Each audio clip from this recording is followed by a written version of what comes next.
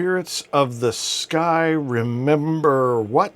Who are the spirits of the sky? Hey, what's going on? I guess it's that time once again, you betcha.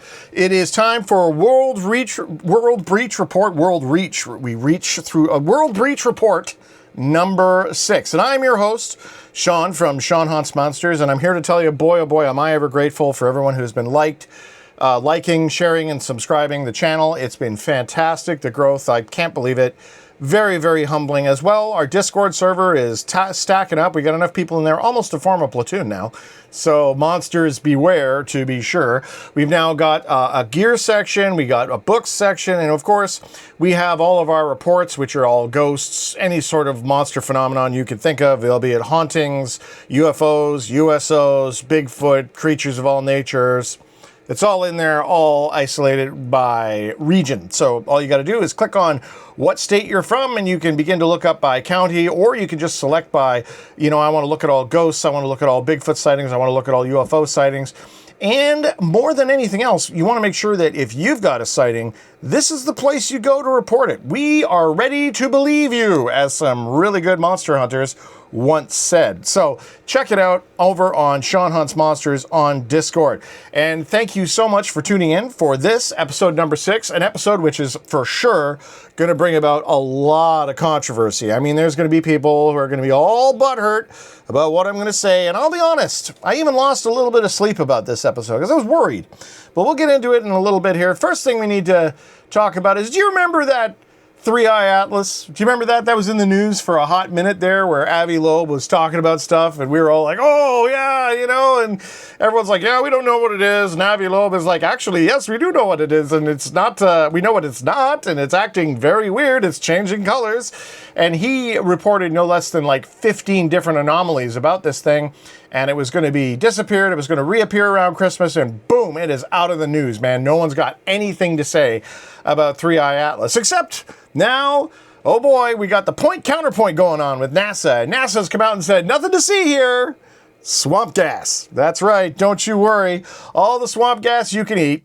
Astronomers used the Green Bank telescope employed in the Breakthrough Lystron extraterrestrial signal hunting astronomy project to search 3-Eye Atlas for measurable signs of technology from extraterrestrial civilizations or techno-signatures.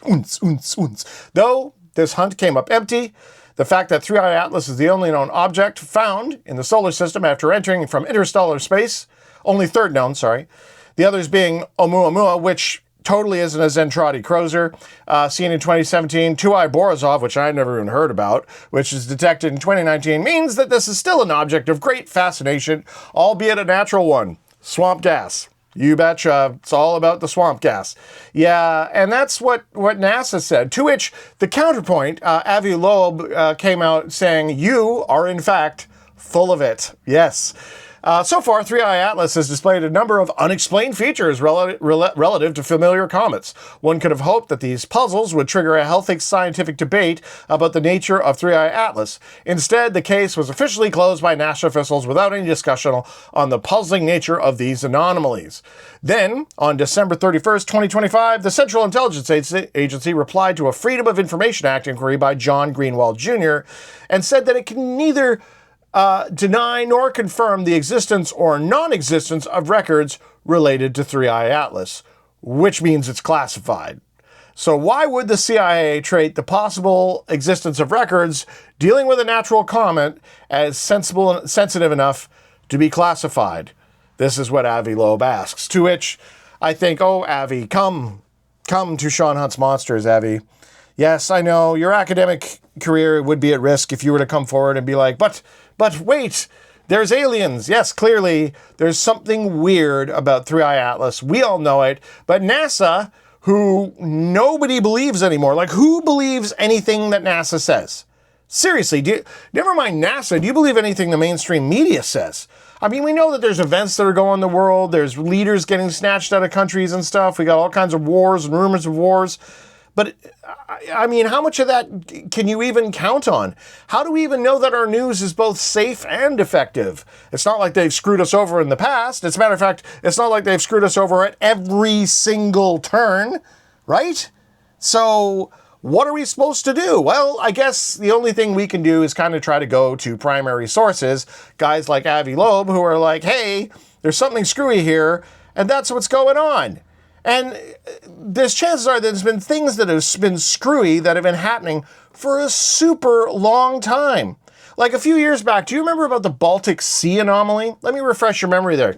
It was first detected in 2011 by Swedish treasure hunters, Swedish treasure hunters, that's just kind of super badass anyway, but Swedish treasure hunters on Ocean X, Peter Lindberg and Dennis Asberg, which I'm probably saying their names wrong because they got little umlauts and stuff in there, via sonar, revealing a circular object about 60 meters wide on the Baltic Sea floor.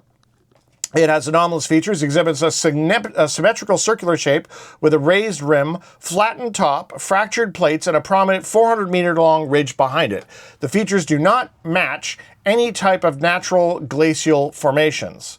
There was also some unexplained incidents where divers reported intermittent equipment interference, camera resets, signal lost when near the object in 2012 suggests a possible localized electromagnetic effect. And there's actually divers reporting that there's water that seems to be breathing because the visibility in the Baltic Sea is just gross. So, I dive cold water myself. It is not at this level, but guys who've been diving their entire lives are like, this is the craziest thing I've ever seen. I can't help but state with just the limited stuff I've seen on this, it does kind of remind me of the ruin off the coast of Japan, which is interesting. So but anyway, there's an in-depth interview for you to check out regarding this with the treasure hunter Dennis Asberg on American Alchemy, which I'll also link to down below, as well as a quick synopsis. But this just goes to show that, how long has this stuff been going on? Our world is pretty thick with this, and as we, as people, are able to extend our reach and we start, deciding instead of strapping on some VR goggles and just staying deeper and deeper inside our homes, getting screamed at by our television, stay in your cage! Stay in your cage! Well, I don't want to stay in my cage, thanks very much. I think there's a lot going on in the world right now, and I think we need to get out of these cages to really, sort of stand up for humanity and what we got going on. I think that there's a lot to be said for it. And to do this, I'm going to get into something on this episode, which has been, really, really well requested. And that is, of course, kit, monster hunting gear. Now, as everyone knows, if you don't know, I'll tell you right now, I am a huge geardo. This was an episode that I wanted to talk about. And in our description, we have the baseline gear, which this is now, I want to specify a few things. This is just base gear. Okay, that we're going to be going over on this episode. We're not talking about, other equipment that you're going to bring with you. I'd bring this, Sean. I bring that, Sean. Yeah, great. Do it. You got to carry it, bro. Go nuts. But it's been my experience over time because I live in British Columbia, which I'm fully intending on taking you guys on some pretty deep adventures. I've gotten connections with some pretty serious organizations within the BFRO and with a few other organizations, which I've been able to find some grids and as well as my own collection of maps that show me that, there's a lot that can be shown. There's a lot that can be done with just the information we have. Even like that, this entire bookshelf, that one right there, that whole bookshelf is nothing but diving books. And the entire Vancouver Island is considered to be the graveyard of the Pacific. The largest non-nuclear explosion prior to Hiroshima was just off their coast when they blew up this thing called Ripple Rock, which I'm sure killed all the sea life within 100,000 miles because this rock was perfectly formed at the base of the ocean and was just gutting ships that would go over top of this thing. And once Ripple Rock went through, man, it was crazy, the amount of stuff that went on. So, needless to say, Vancouver Island's called Ape Island. Our interior is largely unexplored because if you look at a map, there's the Fraser River and everybody came down the Fraser Canyon, not on rafts. They'd have you believe that in all the famous photographs. You can't go down the Fraser Canyon on rafts. The rapids will totally destroy you. I don't care who you are. They actually walked down boards that were tied up with ropes by the locals, and the locals turned back Simon Fraser. He couldn't even make it down to the lower mainland. So we came in from the east, and most of the coastal mountain range here is largely unexplored, and I intend to change that with your help. But in doing so, it's not just about me. I don't want you guys to be sitting around doing a whole lot of nothing. I want you guys to get out there and do some stuff. No doubt, especially in the eastern United States and in the western United States, you guys have got the population. I mean, seriously, the entire population of Canada doesn't even make one state in some of the United States. So there's a lot more history there in hauntings. There's a lot more structures on the East Coast that are like pretty seriously haunted, and there's a lot more wide open spaces, as well as reports, because you've got the people there reporting on it. And a quick trip to the library, and even just heading over to the Discord server, you'll see that just a cursory glance in your own state, you'll find that there's so much that you can investigate and you can go see. And I mean, what else are you doing? It doesn't cost much. It's pretty cheap. You know, I'm sure that's why no one else is encouraging you to do it, because you can't charge a subscription service for it, right? Why don't you get off your butt, get off the couch, and go outside? Sure, okay, you got kids, you got a job, you don't have a lot of money. Well, it's cheap, and the kids can come too. They make great bait. I mean, it's a good experience for them, so you can definitely bring them along, and why not raise them up? Time to teach that kid some self-reliance. That's what I say. So, being a geardo, talking about gear, there's a few things I'm going to go over here, and why, all right? Now, to get really basic, you know, you're going to wear pants, okay? Wear pants. Pants with a belt. Why? Because belts are important. Do not wear pants without a belt. That's all I'm going to say to that. Get a warm, lightweight jacket. Light. Key term, light. Because 9 times out of 10, you're going to have that jacket taken off and tied to your bag until you need it to be not tied to your bag because you're cold, in which case, make sure it's lightweight. They make jackets out of things called woobies or Ranger blanket jackets that are essentially just like a really lightweight quilted. You'll see what the Zero Foxtrot sells some stuff that are woobie pullovers that are really, really good. I recommend them. I had one given to me as a gift. It's you may have seen in a few of the episodes. There's this black tiger stripe thing I've got. That's what that is. And I can't recommend it enough. It's not waterproof, but it is warm, and that is handy.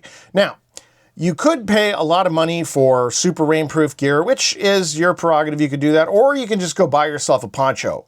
And that's the other piece of kit. A poncho is small, it's lightweight. You can make a good piece of kit out of it for a shelter, should you need to, but it all depends on the kind of monster hunting you're doing. Now, we must also consider, and I have gone over this ad nauseum in my head because, again, I'm a world breach guy. I actually think there's dimensional portals that open up and you could wind up wandering through into another space and time.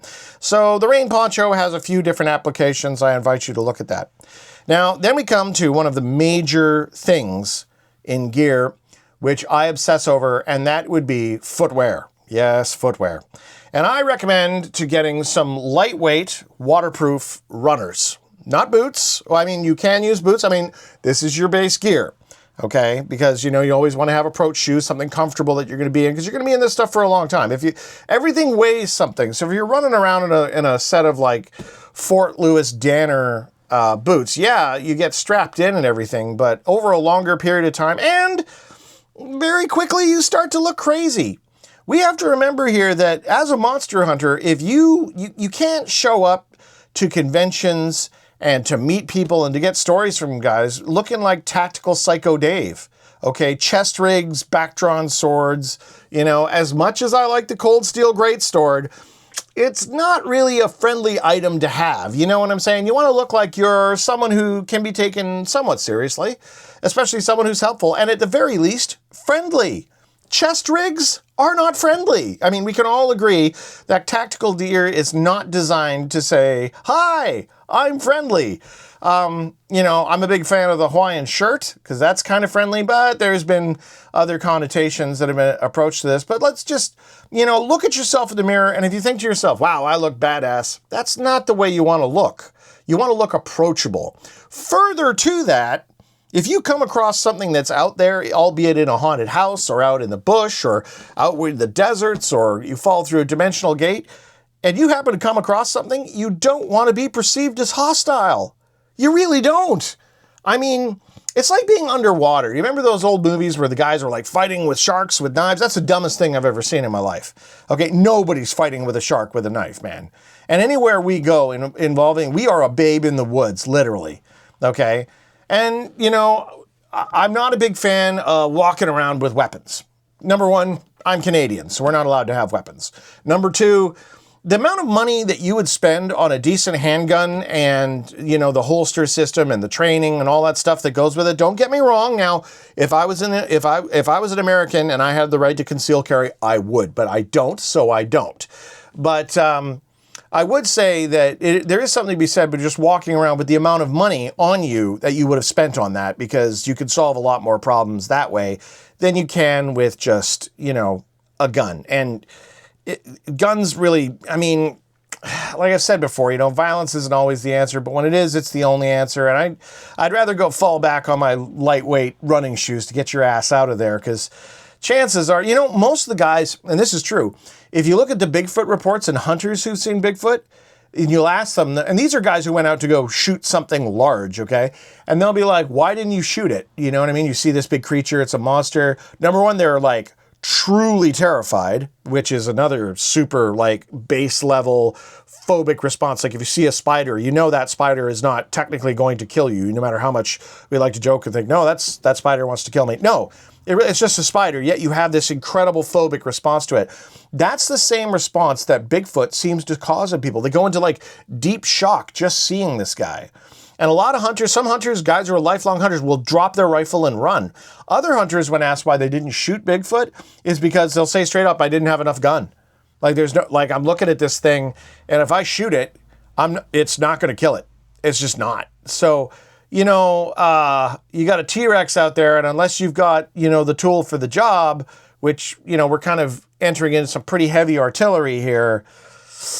So I'm just saying, you know, I told you I was going to piss everybody off with this episode. You know, I don't want to have all my monster hunting gun bunnies out there. Yes, no, I hear you, murder hobo. I do.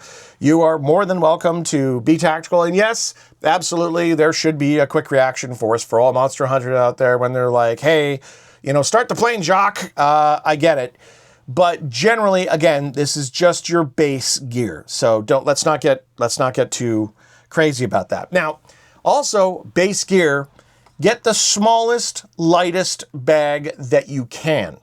Smallest and lightest. You can get like really small packs. There's a bunch of different ones that are useful because, again, you've got to carry this stuff, and this is your base gear. You shouldn't get out of the car without this gear. This is what I'm talking about. I don't care what you're investigating. This gear is the base gear. You can bring all the other extra kit you want.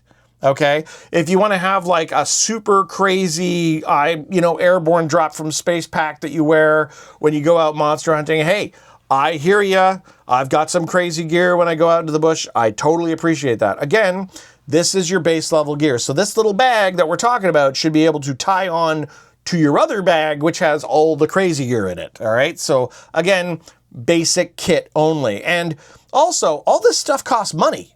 Okay, so there's quite a few people, like I'm somewhere out there's someone who's, you know, at least they've just turned 19 and they're really getting into the Sean Hunts Monsters thing, or perhaps they're younger, and, you know, they're not made of money. They haven't got a ton of cash. They're down at the local army surplus store trying to figure out what to get. So, you know, you can't really expect these guys to fork out, you know, $1,000 for a Kifaru custom backpack. Okay, not anyone's going to be able to afford the Mystery Ranch gear. Okay, like there's a bunch of YouTube channels that will go over tactical gear, like the Ruck Gear Challenge guys, Green Berets who talk about all this stuff is super valid.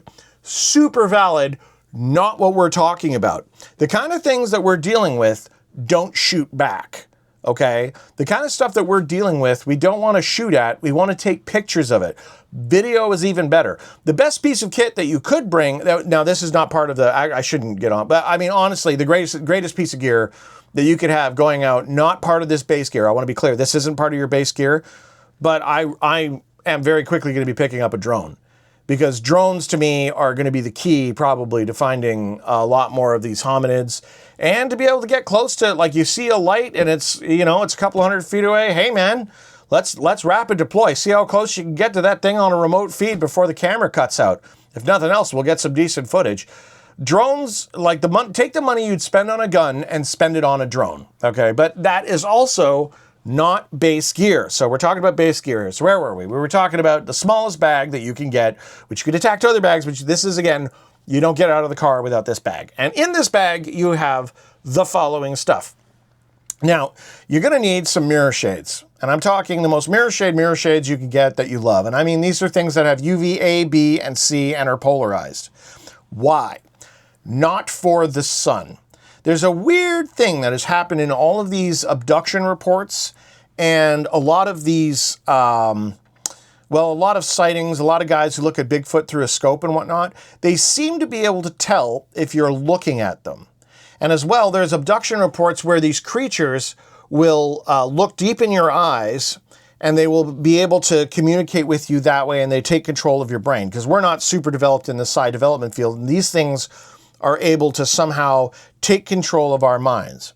So I theorize any kind of a barrier you can put between us and them is a good idea. So that's why I think the mirror shades are going to be, I mean, it can't hurt. And not to mention the fact that these things, whatever they are, a lot of these lights burn people, like with radiation.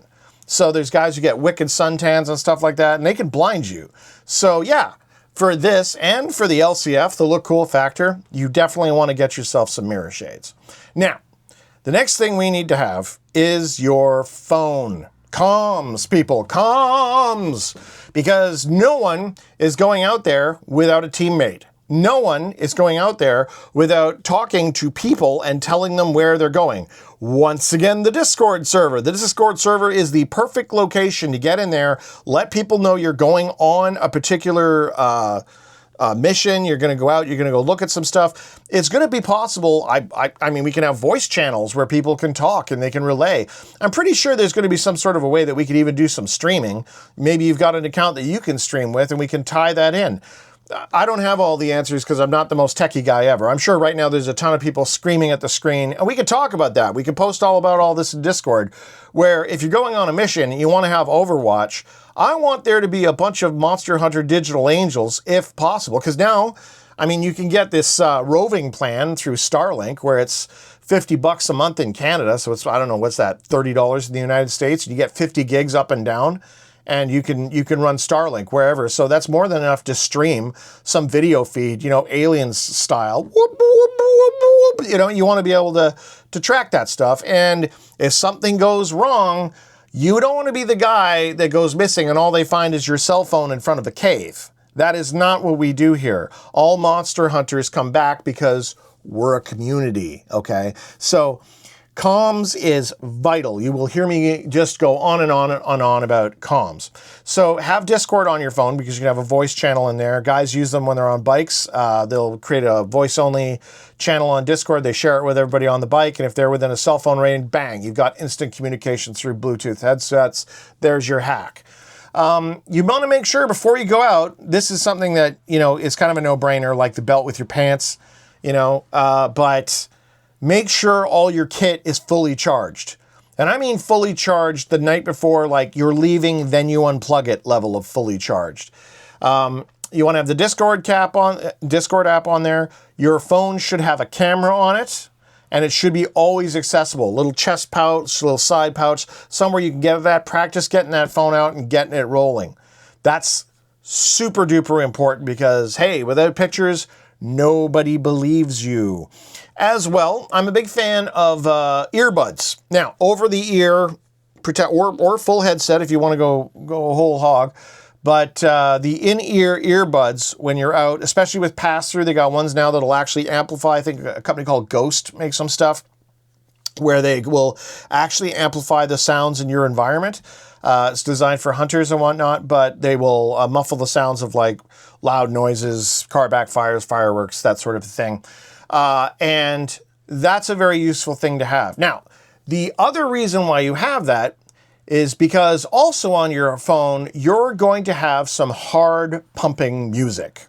I mean, something that just, you know, if you were playing Doom or Quake, the kind of stuff where you're going crazy with the nail gun, we're talking, you know, old school Metallica, Static X, like something that just gets you rocking. Like if you were flying a gunship and you were making the noise, that's the kind of music you want to have on there. Why? Why do I want to have that? Well, funny you should ask. funny you should ask. Now, there's been a few reports where guys were going into NASA and they know that they have psychic entities and psychics in there. So they tell them to do things like, hey, say a nursery rhyme in your mind. Say a nursery rhyme so that they can't read your thoughts. That's interesting. So that made me think that maybe I should get like some sort of a memorized chant or a song you could sing, something that will keep you going. I always use, that Kid Rock, Baba da Baba, Bang a Dang, did you says a buck truck the monkey, that one. I just loop that in my head because, it's fairly hard hitting. I like the way I like that song. And it occupies your mind. So if anything was trying to go that, the minute something weird starts to happen, Baba da Baba dang. You see what I'm saying? And then that way it puts you into a space that you know that instinctively this is what is happening. So if something tries to reach in and take control, they got that extra added layer. So, on go the sunglasses. Now, the hard-hitting music. Now, this is another weird thing about abductions, other than the fact that I've never seen abductions where people have dogs and cats, and they're not part of your base kit because dogs aren't equipment. They're a lifelong companion, and they're with you always. They're a member of your family, and I can't recommend having an animal highly enough, but that's not the purpose of this particular broadcast. The hard-pumping music is because there's been a number of people that have claimed that they've been abducted, and during this process, they've gotten loose. And they're calm down, don't get excited. There's something about when humans get extremely emotional, like when they're like, whoa! Like when that happens, they have a hard time getting control of your mind. And I don't know why that is and how that is. There was a guy who escaped a table. There was a girl who was being hybridized and she was being taught how to psychically control another person, and she phoned it in. And this guy got up, got loose, and all the little gray dudes, they couldn't stop him, so he kind of got all jiggy with it, ran out into the hallway, and it took one of the tall gray dudes to get close, and he had to look deep in his eyes, and then get really close to him, and then he could get control of his brain, and Buddy didn't make his saving throw, and back on the slab he goes.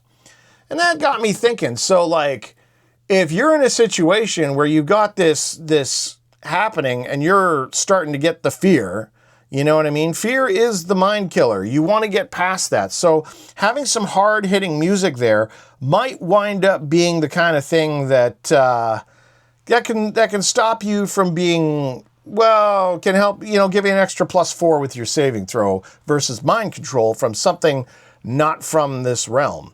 And again, this is meat and potato stuff. I'm not saying that, you're in the forest, you see a unicorn, there's a fairy feeding it, you're all like, Kid Rock, no. All right. This is all, we're pretty defenseless against these creatures, whatever it is. So this is just ideas of things we can do that will make us a slightly harder target. Another thing that you should have on your phone, which is fully charged, loaded with music, and is paired with your Bluetooth headset, is, of course, yes, once again, I'm going to shill for it, Audible. With some audiobooks. Why? Monster hunting is hours and hours of boredom interrupted by moments of stark screaming terror followed by thrash music. You need to make sure that there's more than enough books that, there are so many books. If you don't, all the downtime you have, that you're in a car or you're out somewhere or whatever, you should be just hot loading data into your brain, okay? So, audiobooks for the win. Also in your bag, you should have a second camera. Yes, because the one on your phone, that could go sideways, because apparently there's something super weird about electricity with these things.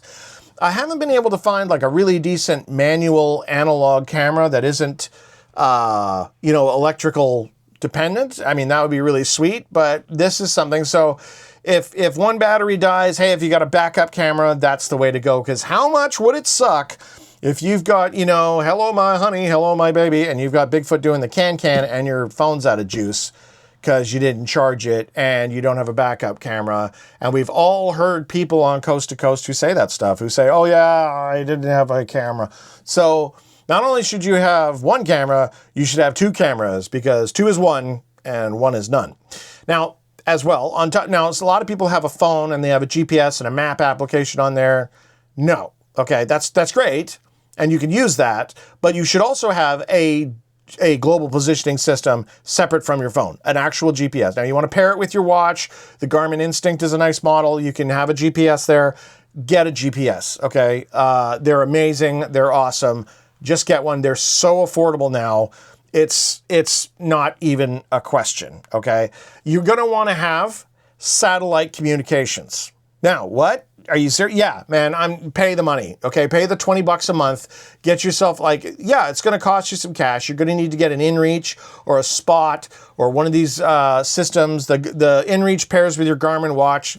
And I mean, it's pretty cool that you in this day and age we can get stuff that was literally James Bond gear, not even 50 years ago. Like, nobody had SATCOM. You can have a full satellite umplex streaming. You've got satellite texting, because stuff breaks, stuff goes down.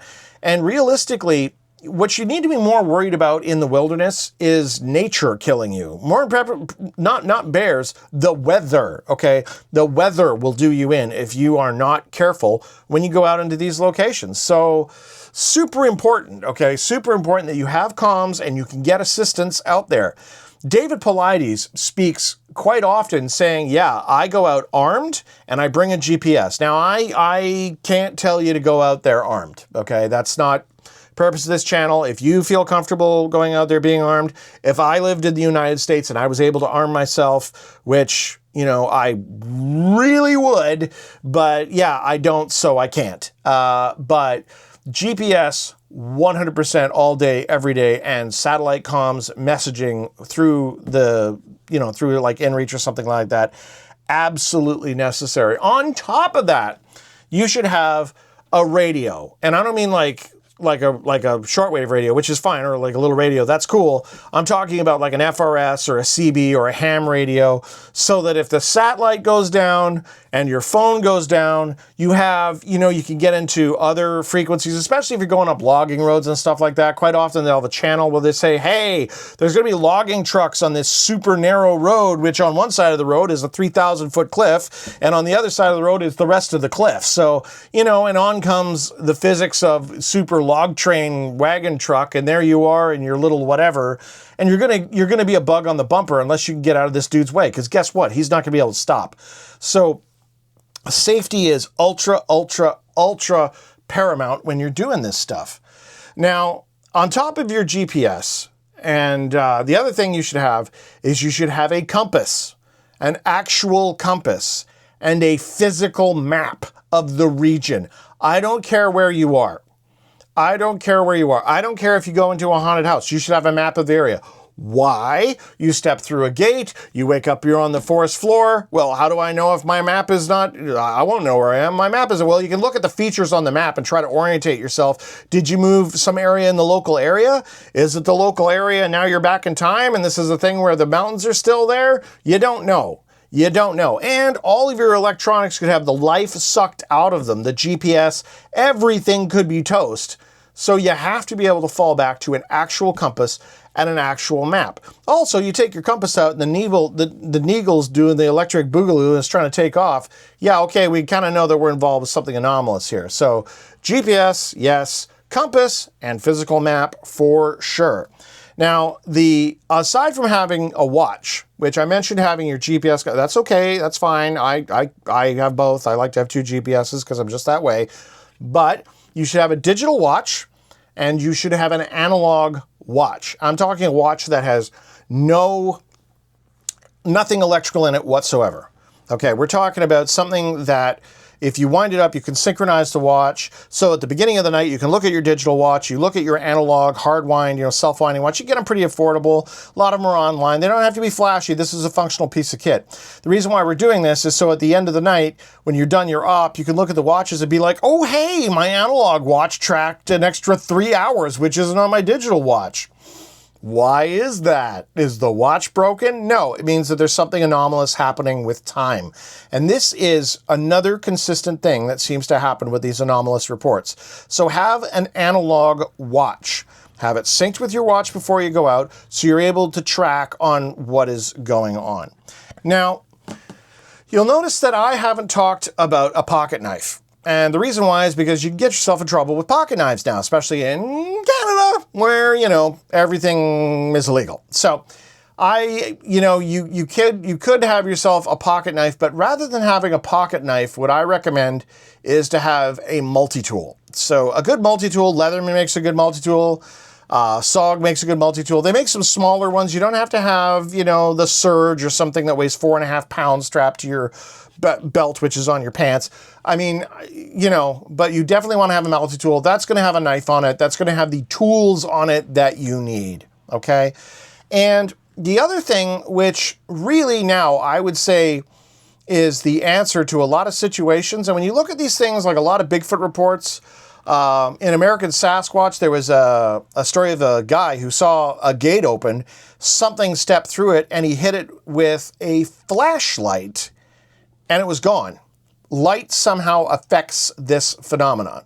So, hey, I'm your Huckleberry. There's all kinds of affordable LED lights out there, Nightcore, Surefire, just a Rave-On. I think they make earbuds, but there's a ton of them. There's a ton of them online, and you can get, like, I carry, well, mine is this guy here, which is the TM9K TAC, which is a 9,000 lumen floodlight, and I'll tell you, man, there's nothing like going out there and being able to bring, like, some serious light onto the subject matter, because, like, when you need to see what's going on, you need to see what's going on. And also it works as a signal device.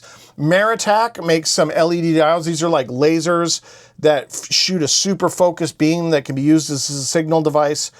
This is all, we're getting more elaborate here, but definitely take the money you would have spent on a handgun, buy yourself a really advanced multi-thousand lumen light, something you can't look at so that you can really bring the noise with a spotlight. Because if you've got a large creature and it's there, that's going to be more effective than trying to hit it with something. I mean, honestly, just put the spotlight on it and that'll probably spook the hell out of it. And it seems to be, like in the reports now we're going off the data, having a super bright light really, really matters. Now, aside from that, I also recommend a headlamp. Make sure they can turn red so you don't screw everybody's night vision. There's nothing more annoying than some jerk who's got a white light headlamp on, who's white lighting everybody in the group when you're walking around and now everybody's like totally blind because they can't see what's going on. So make sure that your light has a red light setting on it, because red light doesn't screw your night vision as badly. I'm just saying, don't be that guy. Now, the other thing is that electronics, as we've already discussed, die. So if your flashlight goes and your headlamp goes, what do we have that covers that distance? Well, there's a few things that you should have in your bag, because these are all relatively small things. Everything I've talked about here is pretty small. So the thing I recommend is you definitely want to have some glow sticks, and I mean about 10 of them. And I've had my butt saved by having glow sticks, because I had to mark a trail when I got myself into some trouble and I had to find my way out of a location to get back to I had to go pick somebody up and get back. And it was like, dark forest, dark proper, okay? And you'd be surprised when it's really, really dark how much light a glow stick really puts out. And the other reason why glow sticks are great is because it's a chemical reaction. So electricity is independent. So you're in some haunted house or you're in some location and your light dims and the fear starts to come in, you start doing the ba-da-ba-da-ba, then bam, out comes the glow sticks, right? That gets cracked and we're going to drop that down the hole that we found into the crypt, whatever. And I don't care that they could hit it with like whatever nasty teeth they got. It's still going to be glowing and it's still going to be giving off light. Glow sticks are super important. They're very cheap and you carry 10 of them like it's nothing. The other thing that you should have, of course, and this is, again, basic kit, but get a lighter and some lighter fluid. So I'm talking like a fluid lighter, not necessarily a Zippo. I mean, I like Zippos. They're good lighters, but they evaporate. If you get this thing, there's a thing called a Zippo Vault you can get that keeps them waterproof. But there's a bunch of different companies now that make these trench lighters. Exotac makes a lighter. There's ones that seal so that when you put the lighter fluid in there, you can have a refill. And the Exotac one that they make is really, really solid because you can set it down. It makes like a makeshift lamp. You can put it on a flat surface. And if you had to do like burn paracord or whatever kind of tricky thing you're doing, in a pinch, it provides a significant amount of life. It's almost like a pocket lamp. So I like a fluid-filled lighter. You can use a Zippo. After all, you are, and Zippo is probably the most cost-effective one, so sure. But have a Zippo, have it fueled, and carry that really small can of Zippo lighter fluid. Actually carry the lighter fluid with you. Why? Because it's the best tinder you'll ever find in the world. Okay, there's 1,000,001 uses for lighter fluid. So I'm just saying, have a small can of lighter fluid with you. You won't regret it because, hey, what if your lighter starts to run out and the electricity is not working? That's going to be a problem.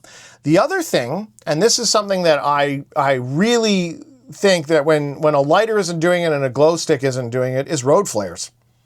Simple pull pin, start, spark out. You can hold it on a set of tongs, road flares that puts out super bright light that'll light up a dark area for a long ways. Also, you've got this giant magnesium burning thing on the end of your hand, which is way more effective than any knife you'll ever find, should you happen to say, touch something with it, because it's getting too close to you. Flares for the win, especially if whatever you touch with it happens to be soaked with lighter fluid. I'm just saying, you know, flares are pretty useful. They're lightweight, they're small. A lot of them are not much bigger than a glow stick, so throw 3 road flares into your kit. And in the unlikely situation that you need to signal or you need to rescue someone or you have to signal somebody from the ground, flares, and I don't mean the fire flares, I mean like the flares you light and it burns in your hand, that kind of a flare. And if you can't start a fire with a road flare, go home, really, like honest to God, because those things, they just burn. And there's 1,000,001 uses for a road flare. So 3 road flares in your kit, in the bag, it's a good idea. Now, the other thing I recommend is some fabric measuring tape. These are the kinds you see where the guys will be measuring the shoulders and the back and everything like that, because the numbers are really, really large. They're made to be seen. But the reason why you carry that is because it's crazy lightweight. And if you come across something, some weird tracks or whatever, it's cool if you have casting kit. That is cool, but that stuff weighs a lot. And what you can do is you can lay that fabric tape down and you can take photos with one of the 2 cameras that you have, and that'll show you what you have. So fabric tape, that measuring tape, super lightweight, weighs less than a tape measure, takes up no space, into the tiny bag it goes. Now, the other things that I would recommend is a whistle. A whistle is a good piece of kit to have, simply because if you're hurt, it takes a lot of energy to yell. And a whistle can be heard further than somebody yelling. So whistles are very distinctive. They're very piercing. You can be heard at a distance. They're super small. They don't take up any space whatsoever. So that is something that you should have. And to go with that is you should have, and you can buy these, they're smaller than a pencil kit, you should have a personal first aid kit. Now, there's going to be a lot of guys that talk about what they put in their first aid kit, and that is a completely different conversation here, and we're not going to get into that because that is, like, you want to get into the weeds, start talking about first aid kits. Oh my God. And yeah, so a first aid kit is one of those kinds of things that is definitely useful, and you can go really crazy with it. And I'm not saying you should be in there with all sorts of, tourniquets and all that. You can have that in there if you want. Do your own research, but you're going to need a small first aid kit. That's all I'm going to say about that. Now, this other item, which I'm going to talk about, and I've kind of been, so I don't think that you should have, it's not on my list for you to have a pocket knife. It's super useful for you to have one. And I assume almost everybody going out there will have one, and knives are a deeply personal choice, but we start getting into the weapon territory with that stuff. But what I have found, sadly, because I'm a knife guy, what I found is more useful than a knife is a really small axe. It does everything a knife can, and it does it generally better. And I'm talking like, sometimes you can get really, Cold Steel makes a thing called the Trailhawk, which is affordable. I think it's like $50. And you can sharpen those things to be like razor sharp. Like you can clean a fish with it, no problem.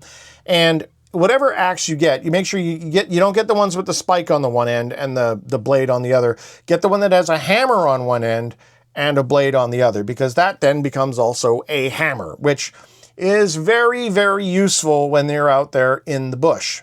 So, you know, if you happen to have a pocket knife or whatever, you can do this stuff, but axes can do the things knives can do. Knives cannot do the things that small axes can do. So, you know, another thing, even though, now let's be clear here. So the small axe is on the list. The pocket knife, oh, it should be like a Swiss Army knife type thing. I'm lying to you if I don't think so. Maybe a Swiss Army knife too, or something, some sort of a pocket knife. But I'm not talking about, you know, the Cold Steel Magnum Tanto here.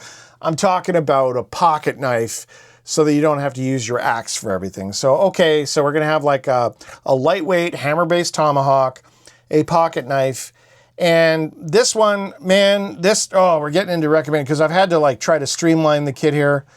And you should have some type of like a saw. Okay, Silky makes a really small folding saw. Sometimes on multi-tools, you've got a saw which you can use. I'd recommend, you know, something that's about 6-8 inches long, something you can functionally use as a saw, because chopping through things is a ton of work. You will get very, very tired. And if you have a saw, you can cut your way through doors, you can cut through planks, you can cut up a bunch of firewood.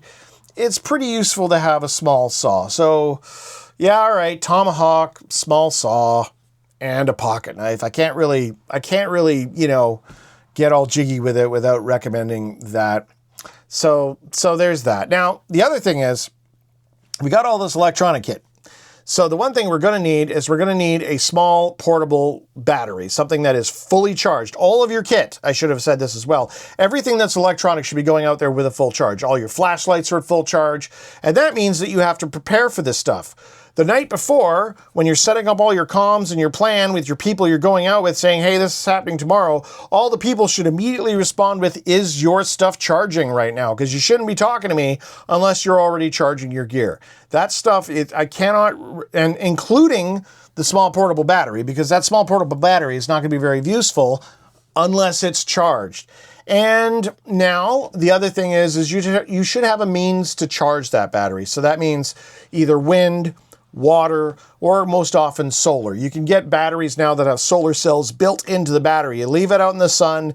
If you're in a bad situation, you happen to wind up taking a long journey you didn't intend on, hopefully there's sunlight there and you'll be able to at least recharge your kit, which will be useful. So a means to charge, small battery charger, and high quality cables. Okay? There's a bunch of companies. You can go online. It costs you $15 and you get yourself a high quality braided cable that doesn't fall apart, because what good is all this kit if you don't have the cables to connect it to each other? Again, this is your baseline gear. And I kind of waffle with the saw and I waffle with the pocket knife, but I really do think that you should have a means to charge your kit, and you should have really good quality cables and which to charge it with. And of course, nothing would be complete unless we were to add in there at least a liter of water. Now, water is one of those things that you guys can say, well, I've got a Camelback and I fill it up. Yep, you can do that. But I think you should have like the Nalgene, you know, those 1 liter unbreakable plastic things. You can have a metal one too. I like the Nalgenes because they're pretty handy. They're lightweight. Again, lightweight is key. This is a bunch of stuff. All this stuff, ounces make pounds and pounds equal pain. So you want to make sure that you've got as light of a gear as you could possibly put on there, and make sure that your water bottle is full. I mean, it's almost worthwhile to have your water bottle and a couple extra water bottles as well. But when you're out there and the fear kicks in, man, you'd be surprised how thirsty you get. So have at least a liter of water with you. Again, baseline kit. And of course, snacks. All Monster Hunters need snacks. And these could be anything. I like trail mix, power bars, more than a couple of them. I'm not saying you should have like, you can, when I go out, I use a jet boil and I use freeze-dried meals, because jet boil is the only thing that gets the water hot enough in order to properly cook the freeze-dried meals. I haven't, like, that's a totally different thing, but I don't think if you want to carry an MRE around with you with the heated pack or whatever inside your pack, that's a good choice. It's kind of overkill. You can do that, but you should definitely have some snacks, because let's remember, this is not your camping gear. This is what you don't get out of the car with. Okay, everything should go in this one bag, and if you need it, it's there. So, you want to make sure that you've got some snacks. And the last thing that I want to talk about and I want to recommend is something that, this is the thing that kept me awake at night, is whether or not I wanted to recommend this to people. And it's something that I'm doing, and I've labored about this, because you'll rapidly discover that when you get out and you start doing some monster hunting and you get into the bush, you begin to realize that, especially in this province, and I'm sure where you are, is that the world is very, very big. It's very big. And there's only so many places that you can go. The road less traveled, shall we say, the places that you want to get to, sometimes deep, dark locations, they're far. They're remote. And trying to get to these places on foot, that's going to be a multi-day excursion. In fact, in British Columbia, it's not even possible to do these kinds of things. You need to have motorized transport. And so what I would recommend is that you should look at a dedicated monster hunting overland transportation. Now, the problem with that is, of course, cost. 4x4ing is expensive. Jeeps are expensive. These vehicles are all very, very expensive. And there are some options that are open to us that are pretty affordable. Now, I've done a bunch of heavy lifting on this, and I went on because I'm not actually, I'm fairly risk averse. And what I don't want to do is I don't want to have anybody who listens to this channel or listens to me getting themselves hurt or in trouble. Again, everybody comes back. So what I'm going to recommend here is, I think it's worthwhile to look at certain bikes, and I mean motorbikes. Because a motorbike is a vehicle that, we've all seen Walking Dead. We've all seen those scenes where you've got the highways are just filled with cars. In any sort of natural disaster, roadways are going to be impassable. So the guys with the motorbikes are going to be, and I mean off-road bikes now. I'm not talking, street bikes and CBR 600s or Tridents and stuff like that. That's not what I'm talking about here. I'm talking about bikes designed to go off-road. And militaries in the world have seen the value in these things. We're talking something that individuals can go to remote locations. They can get there, they can get back. They drink very little gas. And the bike I'm going to recommend, I'm not saying that everyone should buy a bike. Let me be clear here, okay? I'm saying that it might be smart to have that skill set.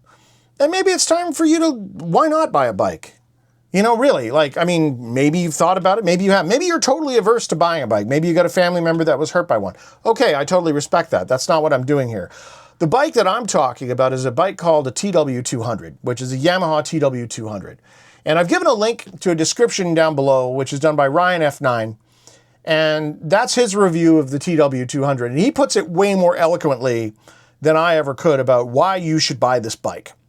And I was looking online, I was saying, okay, well, I'm going to need to get up these forest roads. I want to have a bike. A friend of mine is also coming with me because, of course, we're doing everything in teams. And a brand new, and I mean right from the factory in Canadian dollars, TW200 is like, they got them on sale right now for like $6,100, brand new, straight from the factory. And they hold their value. There's ones that are like 10, 12 years old. They're going for like $4,000. But, you can't buy a set of 4x4 tires for $4,000. And there's something about motorcycles, even, now let's understand the TW200's top speed is 50 miles an hour, or 80 kilometers an hour if you're in Canada. This is not, it's an enduro, so you can ride it on and off road, but you're not getting on the highway with this thing. It's largely used by people who run bike training courses. It's, chances are, you know somebody. They're loved by everybody. Everybody thinks that they're kind of like a step above a moped, but think of like a moped that's like an off-road moped. Like, this thing will go anywhere. It's the only bike ever to be driven to the North Pole, okay?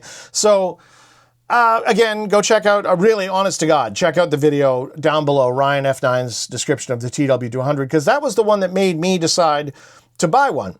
And my buddy, who I'm going to remain unnamed at this time, but this guy, I told him I was thinking about doing it, and he was a biker. He's a real biker. He's got like the crazy race bike that'll street pizza you. And the minute I told him I was buying one, he said, man, I'm buying one too, and you and I'll do this. Just like that. And they're kind of cheap enough that anybody can get one.